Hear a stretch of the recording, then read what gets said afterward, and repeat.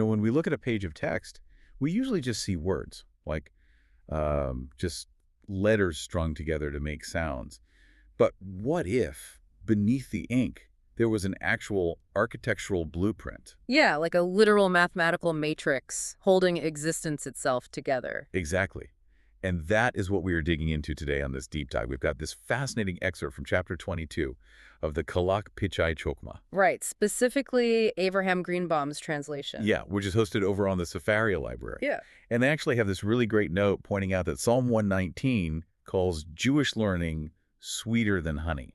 I love that. And this text, I mean, it really delivers that richness. Our mission today is to decode the hidden spiritual framework governing the Hebrew language. Right, showing you how intricate the architecture of existence really is, like zooming all the way down to the individual vowels on a page. Yeah, so let's just unpack this acronym the text introduces right away. Tanta. T-A-N-T-A. Okay, yeah. What are we actually looking at here with Tanta? Well, Tanta represents the four structural elements of Hebrew text. So you have the tamim, which are the musical notes. Okay, notes. Then nikudat, the vowel signs. Tajinin, which are the tiny decorative crowns drawn on top of certain letters. And finally, otiyat, the actual letters themselves. So musical notes, vowels, crowns, letters. Got it. Right. And the text claims that all functions in the Sephiro, the spiritual emanations in Kabbalah, including these four elements of Tanta, they're governed by a very strict repeating order. Strict order. It says every level divides into its own sublevels, but always totals exactly 10 Sephirah. Always 10, yeah. I am trying to picture this, is it like Russian nesting dolls? Or maybe a visual fractal? Like no matter how closely we zoom in on a specific spiritual function, we'll always find this same tenfold blueprint. Oh, a fractal is a great way to look at it. Take that fractal analogy and just apply it to pure spiritual energy. Okay. The text lays down a hard rule. Even when these spiritual lights have to divide up to carry out very specific localized functions, they inevitably return to this tenfold division. Wow, so the 10 Sephirah act as this inescapable master blueprint. Exactly. No matter how small you slice it, it's always there. Okay, so the fractal goes infinitely downward into the text. But if we reverse it and zoom all the way out, what is the original seed? What sprouts these 10 Sephirot to begin with? Well, the ultimate root is the four letters of the name of Havaya. So Yud, He, Vav, He. Ah, okay, the four root letters. Right, and the text explains that these four root letters actually encompass all 10 Sephirot through 5 primary configurations. They're known as partsufim. Partsufim. Okay. Yeah, so for instance, the Yud contains Erik, Ampin, and Abba. The first He is Imma, and... Wait, you just lost me. Arich, Amtin, Abba.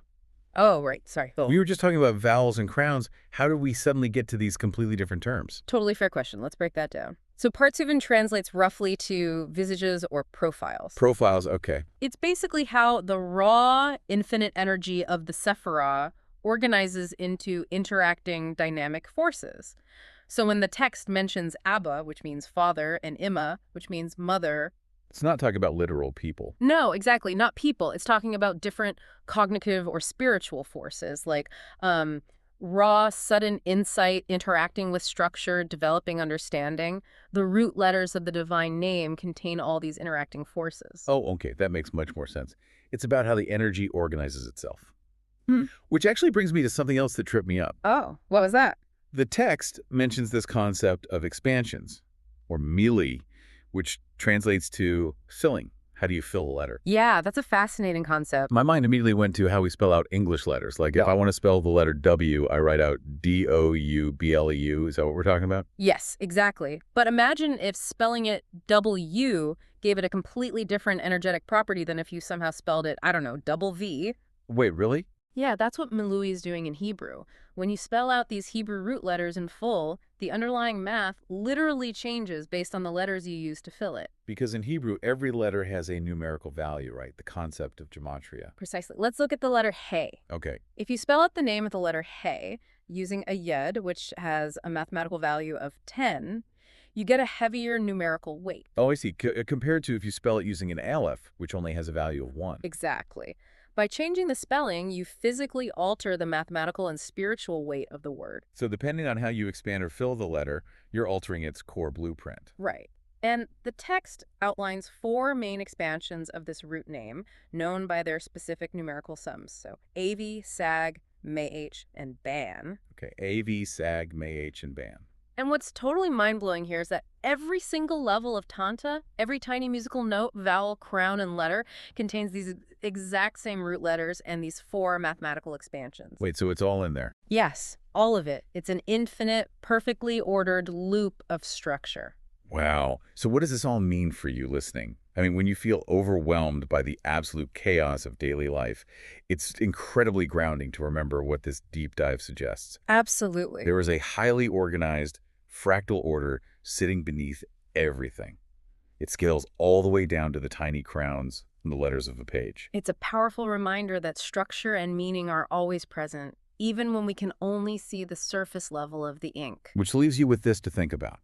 If every single letter holds infinite nested blueprints of numerical and spiritual structure, Yeah. how might that change the way you perceive the words you choose to speak every single day?